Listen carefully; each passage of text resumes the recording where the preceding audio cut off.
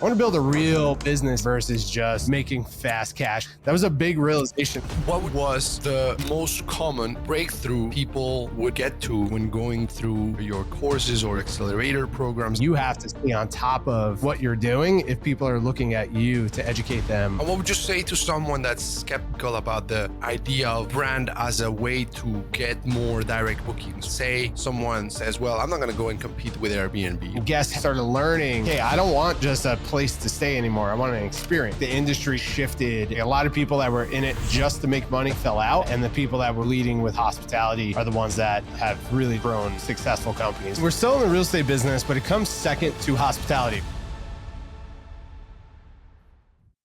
Hello, everyone, and welcome to the Hospitality Edge podcast, where we bring together what we think are two sides of the same coin, real estate and hospitality. And today I'm super excited to have with me Eric, founder and CEO at Freewyld, as well as an industry celebrity, previously a coach, an educator, and someone that has a lot of experience both on the real estate side as well as on the hospitality side. Welcome, Eric, to the show, and thank you for taking the time today. Yeah, thanks, man. I appreciate you having me on. I'm excited to dive into this. Love it. Love it. Let's start with a quick overview of your background, man. How did you get into hospitality and entrepreneurship in general? Oh, man, there's a lot to that journey. I'm originally from Jersey, and I got into flipping houses at an early age. So I got my hands dirty renovating properties and flipping them, and built that into a pretty successful company. But what I started recognizing was like that model was like, it was good, but you were chasing every single little deal and money. And it was just not really the model I wanted to scale. And I came out to San Diego. I live in San Diego now, about 8-9 years ago, and for a mastermind. And the mastermind was like, it was in February. It's on the beach. It's just absolutely in paradise in San Diego. And I met a real estate investor who had just told me that he switched a lot of his apartments to Airbnb. And again, this was like 9 years ago. This is like before Airbnb was where it's at now with investors and the industry that it's created. And it just sparked an idea. He's like, yeah, I'm making 3 times the amount I would on long-term rentals. I've automated everything. And like, this is very early stages of this. And that really sparked my interest of like developing a real estate business that I can automate. Because the flip business, you can't really automate. You're in it all the time, right? So I decided to move to San Diego. I moved into a entrepreneur house, and we can talk about that later. But that really kind of sparked the idea of me going into the air quote Airbnb business at that time. And I was literally just looking at it as a real estate play. I didn't know about hospitality.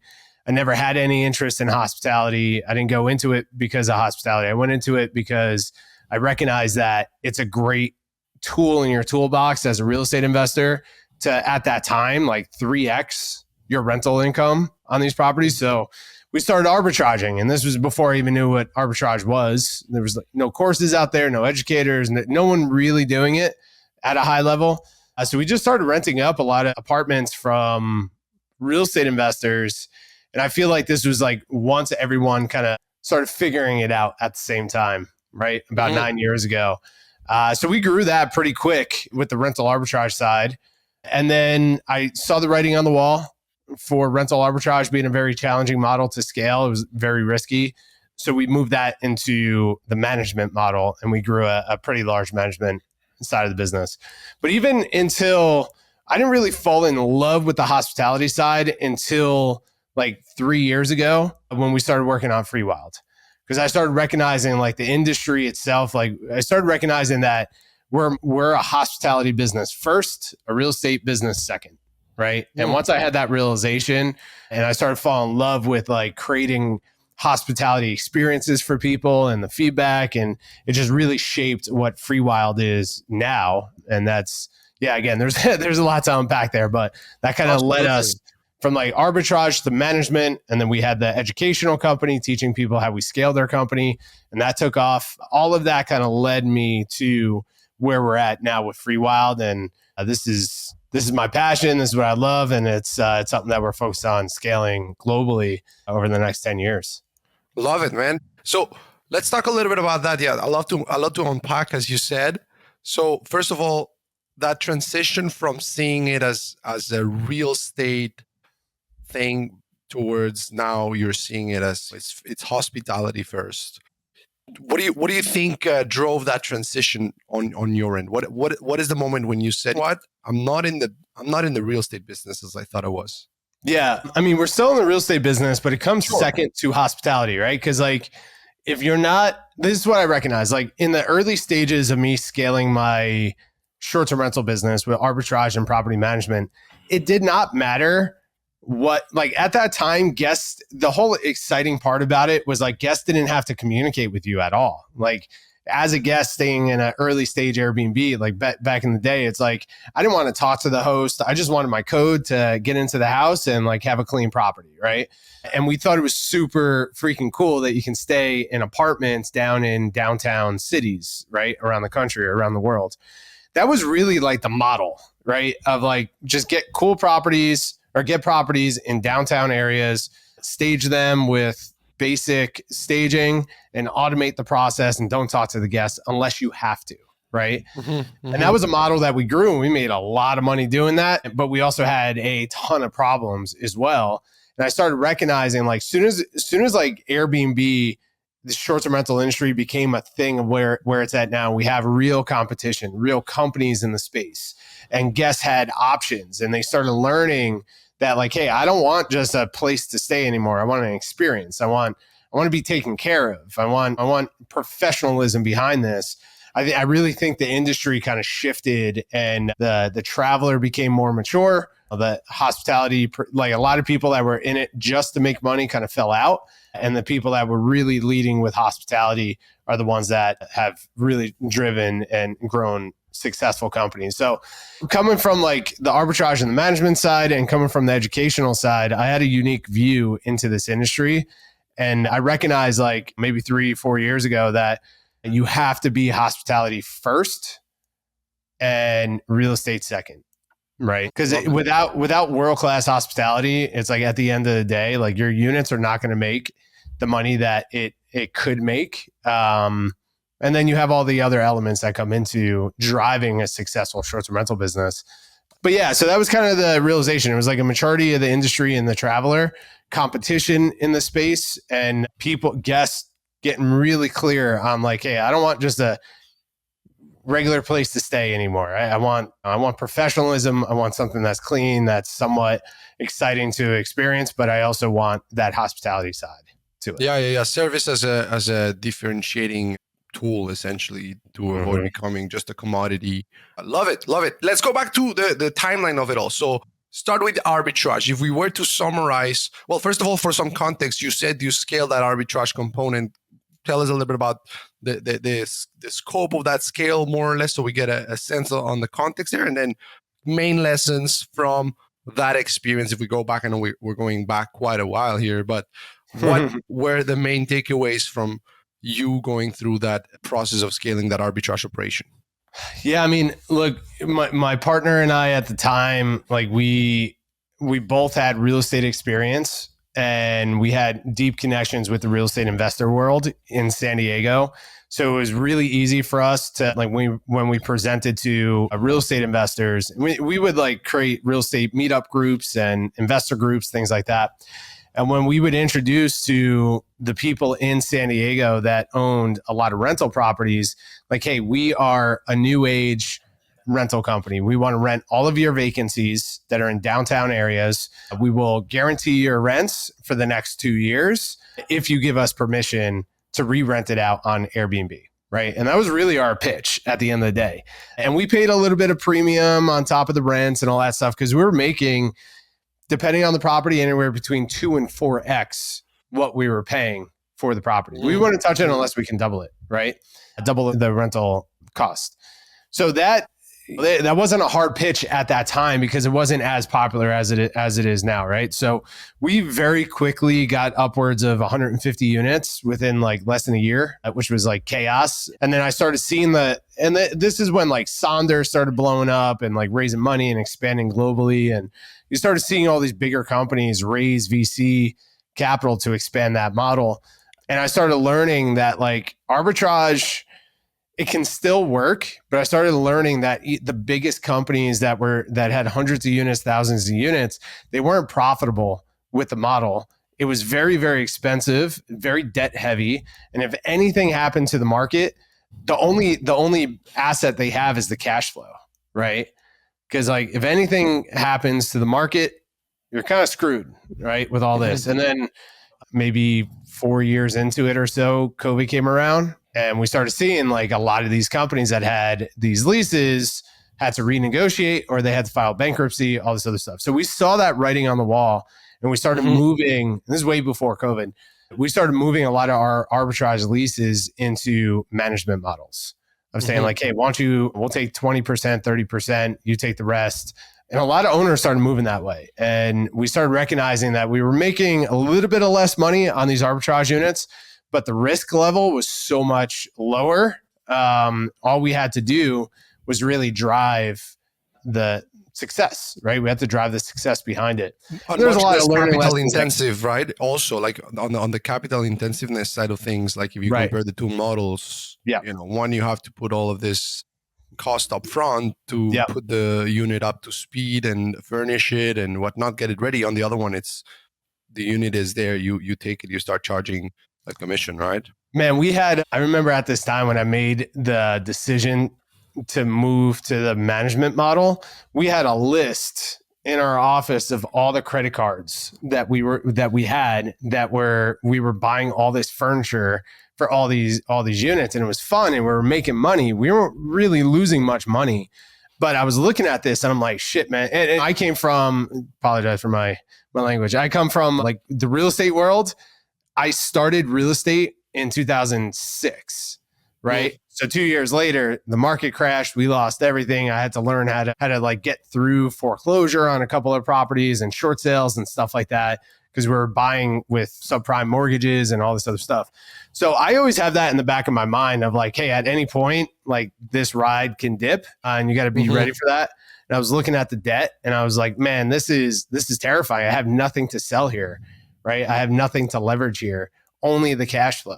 And you can only leverage cash flow in a market that's growing, right? In a business model that's growing. If anything comes along, you're going to be screwed. And we saw that with COVID. Like some of the biggest companies in the world in our space went out of business very, very quickly. So I just recognized like, hey, this model's not for me. Other people can make it work. They can make it work on a smaller level, but it's not a model that you could really scale long term. And as I was going through this, I recognized like, hey, I want to build a real hospitality company that's generationally wealthy over time, that's recognized in our space, that regardless of what happens to the market, we may dip, but we have assets, we have a brand, we have teams, we have knowledge, we have cash flow, we have profit. Like I want to build a real business here versus just making fast cash now that can burn out at some point. So that was a big realization I had, that I started moving towards building Freewyld. But it took me a long time to discover the Freewyld brand and develop it. We'll get to that, I'm sure, because at the end of the day, it's what you're focusing on right now. But I think that all of these are building stones that got you to where you're at now. So arbitrage, that's where you got to that conclusion. Then you go into management. Talk to me a little bit about that. A lot of guests we bring on the show are currently management operators on the short-term rental side that listen to this and whatnot. What are some of the things that you would suggest? Because you did a lot of education as well. So what are the things you would suggest people either do or not do if they're thinking of scaling successful management operation? Yeah, look, I love the management model. I think it's the short-term rental, vacation rental management model has been around forever. You go into like certain markets, you go down to Virginia Beach or like the Jersey Shore type of markets, and like you have mom and pop vacation rental companies that have been around for like 50 years that run like hundreds of units, right? Like it's a proven model that is successful. It's just a different model because you're now a service company to the owner and you're a service company to the guest, right? So now you have this was a big learning lesson that I had when I went from arbitrage to management, was like, now I have two sets of like customers to deal with, right? I have to make the client happy, which is the guest or the owner, and I have to make the guest happy, right? So now I had to like mature in that level to understand that and develop out the systems and the culture in the company to manage both of that. That was the biggest realization that I had. Outside of that, it's like, it's the same type of business, right? I'm a big believer now that we have to focus, and I'm doing this in Freewyld, right? Like, we have to focus on developing brands in this space and guest experiences, right? And so like, we have to be known for being this company that provides this type of property at this type of level to this type of guest, right? Because then once you can cut out all the noise that's around us in the short-term rental space of like all the mom and pops, and then like the entrepreneurs that are jumping in the space and all the companies, and we can define ourselves as this, that's where I see the biggest success. Like our private clients and like people, different companies that we're involved with, that's where we see is like that delta between just a regular Airbnb or short-term rental and a branded experience. There's a major delta and major demand for that, right? So those were the biggest realizations of like, you now have two customers, your guest and your owner, and that we have to focus on creating a brand that's unique to a property, to a market or markets, and to a guest avatar. And what would you say to someone that's skeptical about the sort of idea of brand as a way to get more direct bookings, right? Like, say someone says, well, I'm not going to go and compete with Airbnb. Like, they got the traffic. I'm just going to do a good job at optimizing my listing on, let's say, the OTAs and whatnot. What did you find out about the power of brand that made you see things differently, perhaps?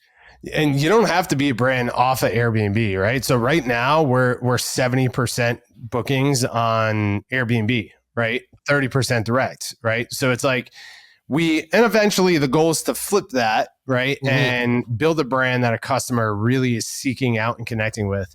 But you don't have to do that. Like, Airbnb does an incredible job with driving traffic to their best properties.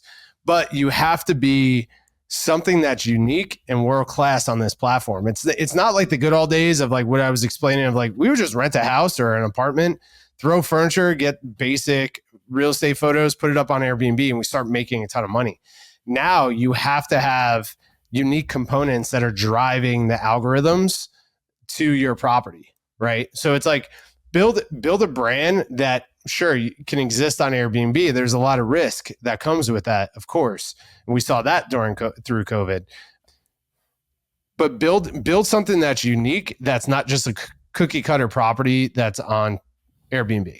Because those aren't going to last. Like, those, you can make capital, you can make some cash on it, but you're never going to maximize and drive revenue to a level where that's truly possible in your marketplace. So focus on delivering, optimizing your listings, getting very clear on the type of assets that you're going with. Don't just take on anything that comes your way. Like, we only focus on cabins that are in nature locations that are a 2-hour drive from metro areas that have 1 million people or more.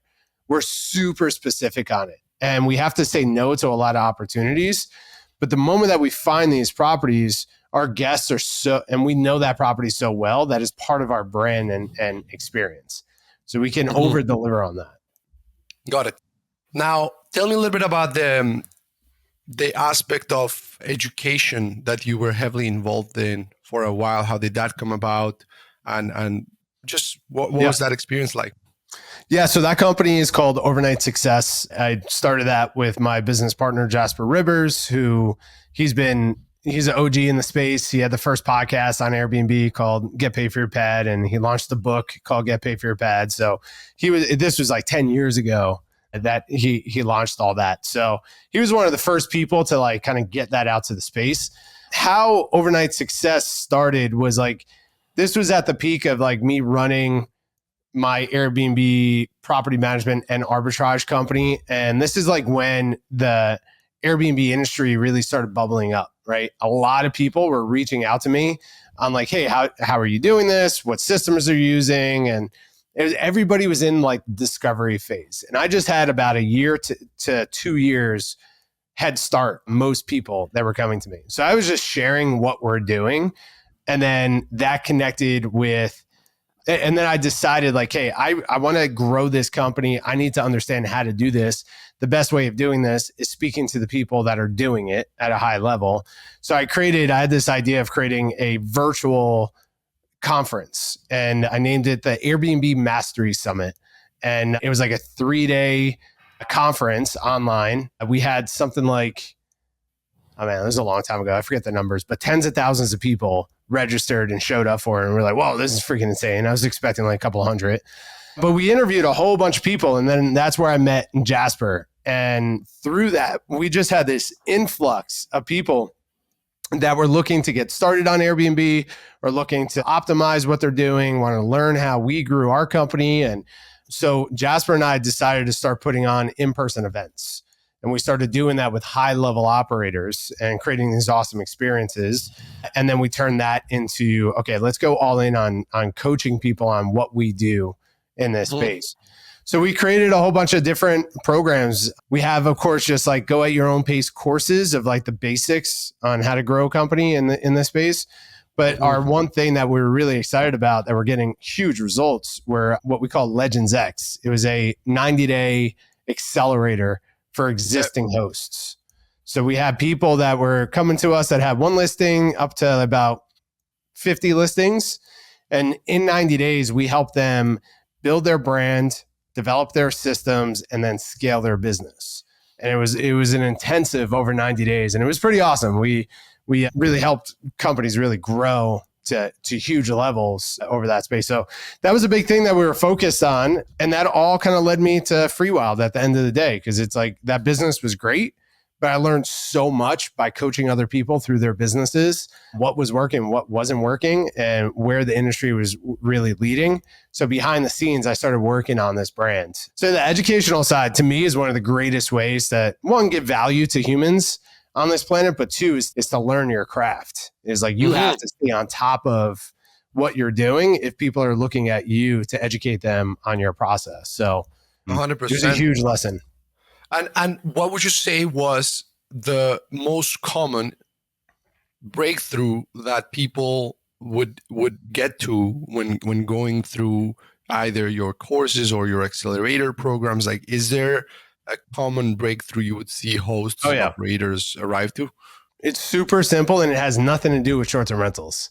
It has everything to do with being a leader in their business. And most of the stuff that we were teaching was, it was crafted by me building my business and like hiring other experts to kind of teach me how to solve problems in certain businesses. And then we would develop certain things, and then we would pass that off to other people in our network. But so we created something called the 5 stages of hosting, right? So like we had this 30,000 foot view of the industry, and we recognized like there's different stages that hosts go through, right? And it starts from like the mom and pop, a host who like goes through has one property and really is just like, that's all they're focused on, right? The typical Airbnb host that Airbnb really wants on their platform, right? Then it went to the person who is now looking at this as a business, but doesn't really have a team. They're kind of managing their own process. And then the third stage was where most people will come to us, is what we call the hectic host stage.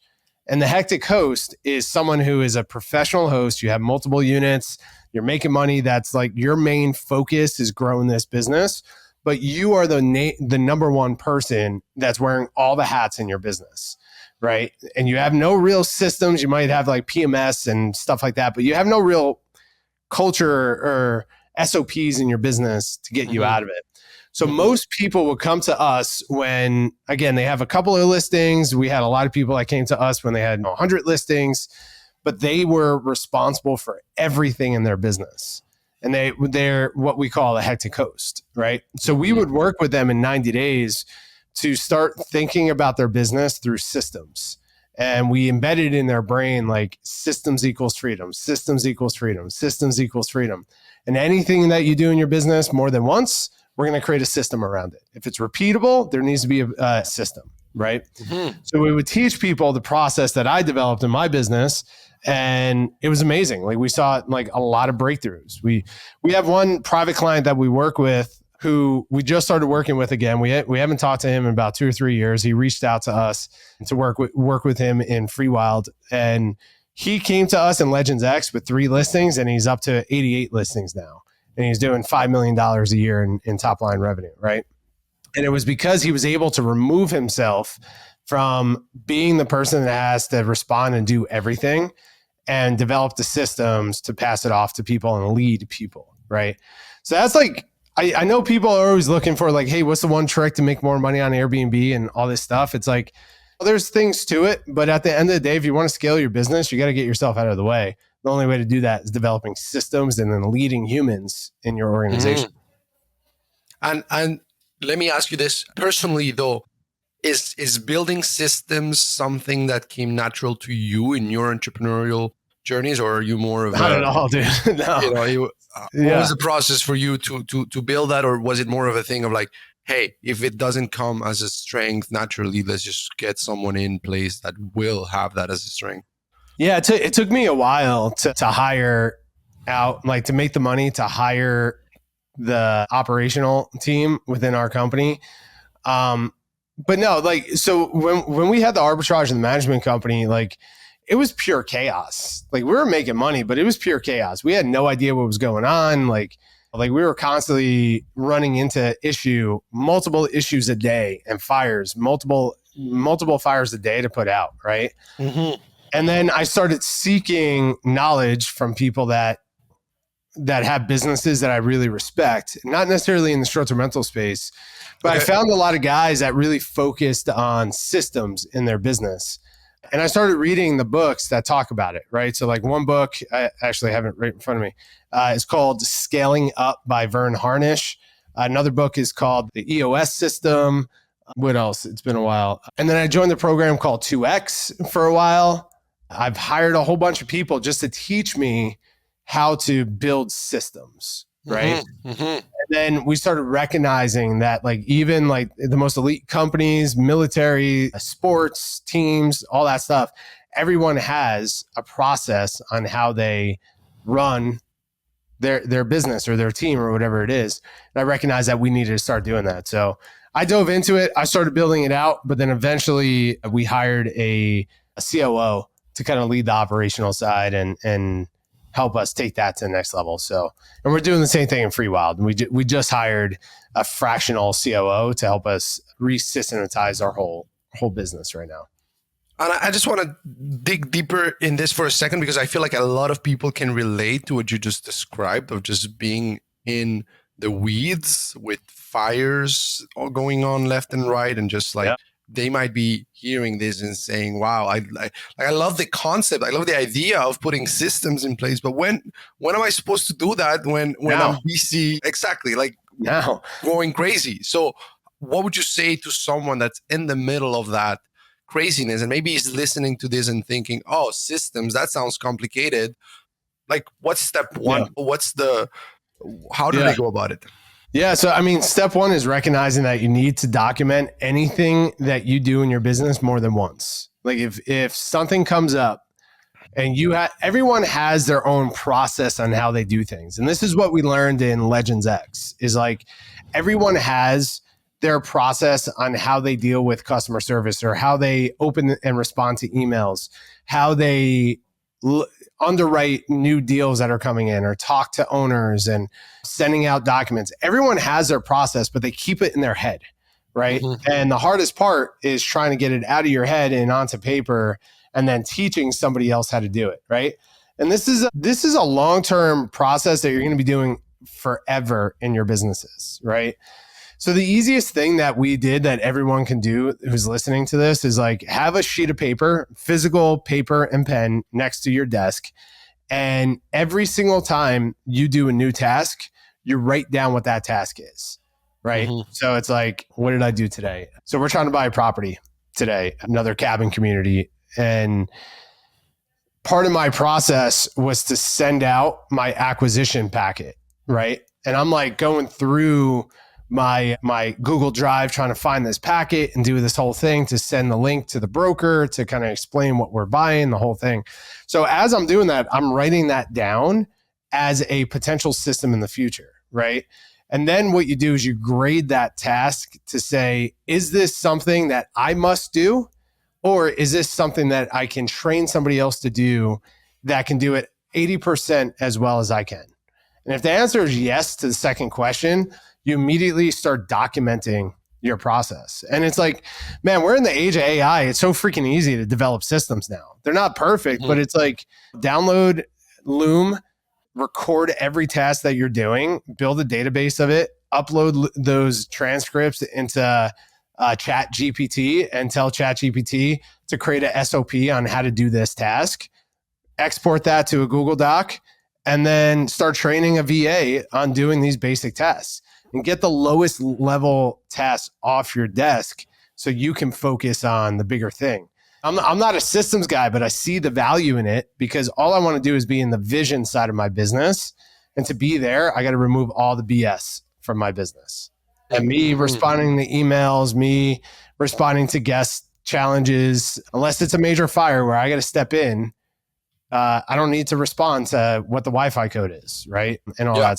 We can develop systems and leverage tech and just get it going. But like every single day, have a piece of paper, jot down what you're doing and rate it. Are you 100% the owner of it, or can you outsource it to the next person? Love it. I love the practicality of everything you just said. I love it. I love it. Now, for you personally, how has your view on where you should be spending your time as a founder and as a CEO, how has that evolved throughout the years? You talked about wanting to stay on the vision side of things. And that's, of course, one of the most crucial elements of any founder, any CEO. But how has that evolved for you personally? And where do you currently see that as far as, hey, these areas is where I should be spending all of my time? Yeah. So I think one of the biggest realizations I've had recently is like, as a leader, how do I stay focused on making money now in the company to maintain what we're doing and grow the company while we're also staying focused on the grander vision of the company, right? I've always spent time focused on the bigger picture, and like the money that was coming in, I wasn't really focused on profitability and growth. It was really just like the bigger picture where we're going. Now I'm really balancing my skill sets and time on those two things. Money now while we're staying focused on the destination, right? We have a very big grand vision of what we're building here. And it's going to take a long time. It's going to take a lot of money and some very capable human beings to build this thing, right? But we also have a really solid team now. And our team has mortgages and they have families, all that stuff. So we got to focus also on how to make money now, right? So it's like I'm spending my time going back and forth to that, making sure that the team and myself don't get distracted with shiny objects and just constantly saying like, hey, we're in the business of creating world-class hospitality experiences that help people disconnect from technology. It's like, that's our only focus, right? That's what we're working on. And then everything else that we're doing below that to generate capital now is in support of that. It's not in sacrifice of that. Does that make sense? I love that. Yeah, no, and it is a balance that needs to happen. Otherwise, if you're too focused on just making money today, then you might realize that thing is slowing down at some point, or maybe there's a new trend that you're not capturing. And if you're only focused on the next thing, you don't have enough money to pay the bills today, then you don't have a business, right? So I love that. So yeah, now it's time to talk about Freewyld. So how did that come about? What's the concept? What's the model? And why is this what you're focusing on today? Yeah. So like with everything I just shared, like one thing that I learned back in the day was like our companies were making some really good money and we were getting great results for our guests and for our clients that were coming through the educational side. But I was super unhappy with my lifestyle and with the whole business. It was just really just focused on making money. I had no real like passion or drive behind it. And this was during COVID when we went on a road trip, staying at all these different Airbnbs. And I was like really fishing to create something that had more substance and more connection to what I was building. And I was trying to ask the question to myself of like, if I could do just one thing for the rest of my life, what would that thing be, regardless of the scale, right? Regardless if it was just like one property or $1 billion company, what's that one thing that I could do for the rest of my life? And long story short, how this all came about was we were in Utah with a bunch of friends. And this is during the peak of COVID, the peak of election season, and all the chaos that was going on then. And we're in Utah sitting around this campfire overlooking this beautiful mountain ridge. And I just sat down and I looked at all my friends and everyone was like heads down into their cell phone, right? And I was thinking to myself, I'm like, even traveling across the country, driving up this mountain, sitting in this beautiful place, everyone's still doing the same thing that they do at home, but just in this beautiful spot. And I got really pissed off and I grabbed the box, took everyone's cell phone, threw it in the box. And I just said like, hey, we're going in a wild mode. And the rest of the night was just incredible. Like we were just connecting, laughing, having fun, all this stuff. And I recognize that there's a need in the world today to create more spaces to help people disconnect and reconnect, right? And there was a big driver for me to create unique spaces that are designed forward in beautiful nature areas that help people disconnect from their technology and reconnect with the moment now, the people they're traveling with nature, all of that. Because that's what I was seeking. That's what I was looking for. And I couldn't find that anywhere in the world. So we went all in and I'm like, hey, this is the thing I'm building. I'm passionate about this. It's around real estate. It's around nature. And it's around helping people in a unique way. And it's not just about making money. It's about creating this thing that's beautiful, but also is very profitable, right? It's a portion of that. So I just dove all into it. We talked to some investors with the idea. I built the brand. I spent about 6 months building the brand and the investment thesis and everything that went into it. And we just found the perfect property at the perfect time with the perfect investor that just lined up for us to launch this company. And it's been absolutely incredible. Guests are loving it. Investors are loving it. I'm loving it. And it's just attracting in some incredible people to stay at the properties, to work with us. And now we're working on growing this and bringing that concept around the world. So it's a little bit different than most hospitality brands. We have a bigger mission behind it, but it's a hell of a lot of fun. That sounds great, man. And so basically you are buying these cabin communities. Is that the model? And then you're turning them into experiences. Exactly. And on the design side of things and whatever, like you're turning them into hospitality operations, but essentially you're also on the real estate side, like you're buying this cabin community. Is that correct? Yeah. So we have two companies. We have a PropCo and a Co, right? The PropCo is the real estate side that goes out and buys everything. So we raise money from high wealth individuals, family offices, things like that. We go out and my team identifies the property. We strictly buy cabin communities and campgrounds that have structures on them. We'll renovate what's there and bring it up to our standards. And if anybody wants to see what we do, they can check it out on our website. It's freewyld.com or on Instagram, stay freewyld. You'll see like we take it to a very high level with the design. And then we also, part of the model is to build additional dwelling units on the property. So that's why we look for bigger lots, all of that. So we have 2 phases to it. It's the renovation and the launch of the existing cabins. And we run that as a Freewyld as we're getting approvals to build the additional cabins. Love it. Love it. And if we can get a little bit into the real estate piece of that. So I guess these are not assets that are easily financeable through regular lenders, right, and banks and whatnot. So I guess that's where you go and have to raise capital. Is that the case? It's funded primarily from private capital?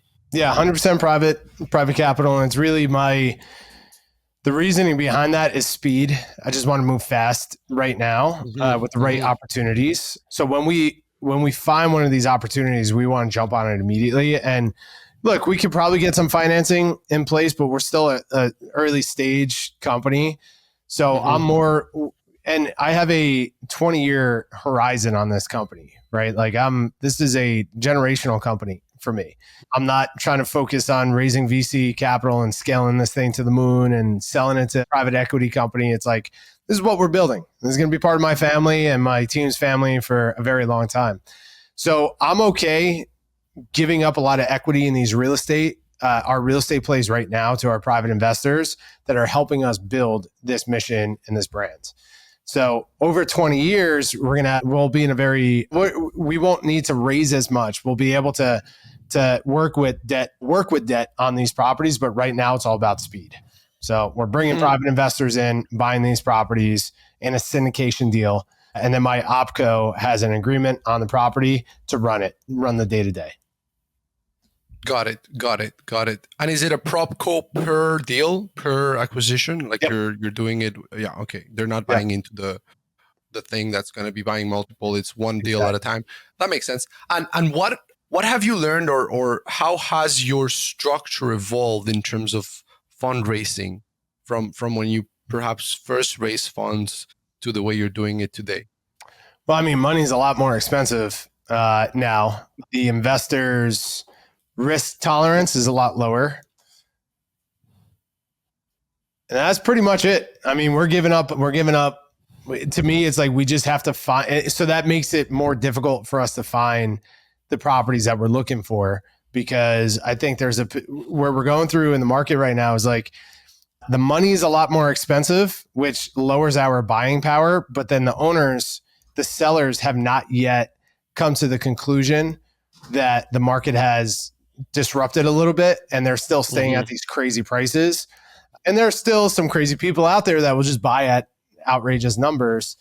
But I've been negotiating this one hotel deal for the last 6 months because the owner thinks that it's worth 2 times the current market value.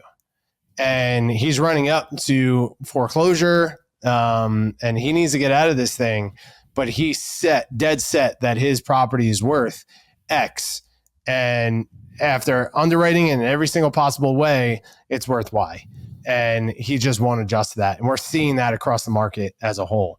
So it's just like, it's changed our approach a bit. But I mean, the model has been the same since we launched this propco, opco model, strictly syndicating each individual deal. And then once we get to a certain level of assets owned, we'll start focusing on creating a fund and managing that fund. But I don't want to take that beast on until we have to. Definitely.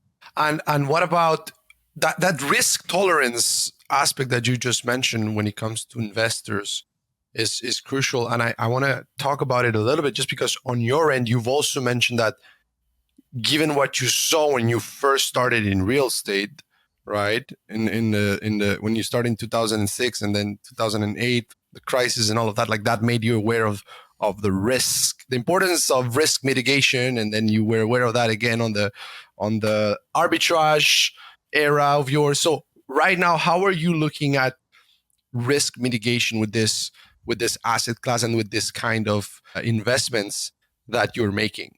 Yeah, we're just being very careful that we got to focus on cash now, right? So where we were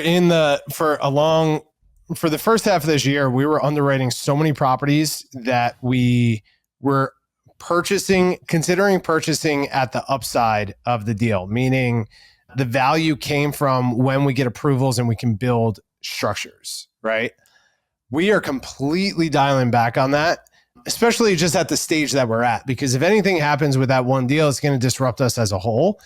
So we've switched to saying we're only buying properties that we can get cash flowing from day one, right? So for example, we're trying to buy 2 separate properties. One has 10 cabins that has the ability for us to build another 15 plus, 20 plus cabins on it. And then another property has 30 cabins where we can build another 5 to 7 cabins on it, right? Both of these properties, from day one of us buying it, we can clean up, keep the existing brands on it, and start cash flowing them right away, right? As we're working on the rebrand, the redesign, the whole thing. Then we shut down for 3 to 6 months, depending on the size of the property, to fully renovate and launch as a Freewyld, right? So our window of risk of like little capital, which we work into the underwriting, our goal like right away is to cash flow immediately. And then once we put our brand on it, we have this delta this premium on rates and cash flow and occupancy that will drive the performance of the property. So I'm dialing back on the risk of future developments and focusing on cash flow now, but I'm also buying properties that have the ability to have some upside to them in the future. Love that. That's very interesting. Yeah, because otherwise you're paying for something that will come at some point, but when or Maybe. how long will it take and how long will it cost? Or love it. Hey, do you have 5 more minutes or you have a hard stop, by the way? I got 5 more minutes and then I got to run. All right, let's do that. Let's talk about that premium or delta that you said you were able to get from putting the brand in place. How do you think about how much you will be able to get more than your traditional competitor, right? That your traditional comp that you'd find out there by investing more heavily on design and brand and all these things, like, because you're underwriting. How much more you'll be able to get by having this elements in place? What are your thoughts on that? Yeah. I mean, we're defining that every single day and testing it right now across properties. We have a small sample pool for the brand, and that was the whole concept. Is like get a property, prove this model, launch it, see if we're good operators, see if the guest is even seeking this type of model. And we've blown our expectations out of water, right? Like with this property. So we can. We look at it in 2 different ways. We have the brand, which is the consumer facing side. This is everything from interior design to customer service to the turnover process to the booking experience, the whole thing, right? Mm-hmm. Then we have our financial side, which is revenue management and underwriting, right? And we want both of these models to run side by side, and they support each other to drive a premium. So between this, like, we have the data to understand what the top of the market is doing compared to our properties, right? And with our revenue management strategy in place, we're tracking daily the RevPAR differences between comparable properties in the market adjusted to market, right? And based on that, we have our projected upside or premium on our brand. Right. Mm-hmm. Now we have to prove this in other markets and we have to prove this at scale, but we're using that approach to understand, like, if we just bought this property and just cleaned it up and ran it as it is, what is that? What would that have generated? And again, this property that we launched the brand with, we did that exactly for about 8 months before we shut it down to do the renovation. Right. So we have the data to understand that. And now we're testing that premium on our underwriting. So we underwrite every property as, if we buy it right now, market rates, and just clean it up and just run it as is, what is that current RevPAR that we can bring in? Mm-hmm. And then once we add the Freewyld premium on it, what would that take that to? And we're noticing that we can lift. The premium is pretty substantial on most of these properties. And that's why, going back to what we were saying before, it's like developing a brand, focusing on an asset, focusing on the client.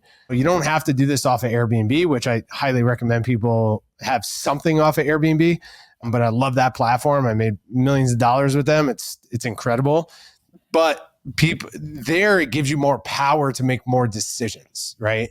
And I'm all in on the brand. I'm all in on it. And I really believe people are seeking out more of these types of experiences, and you will have a premium that you can play with. And depending on the brand and how unique you get and how great of the game that you play will dictate how much people are willing to spend on your product. Love it, man. Love it. Well, listen, I could keep you on for hours. Believe me. Closing thoughts. Thank you for your time. Thank you for all the lessons, the insights. I think it was very, very practical and I really enjoyed it.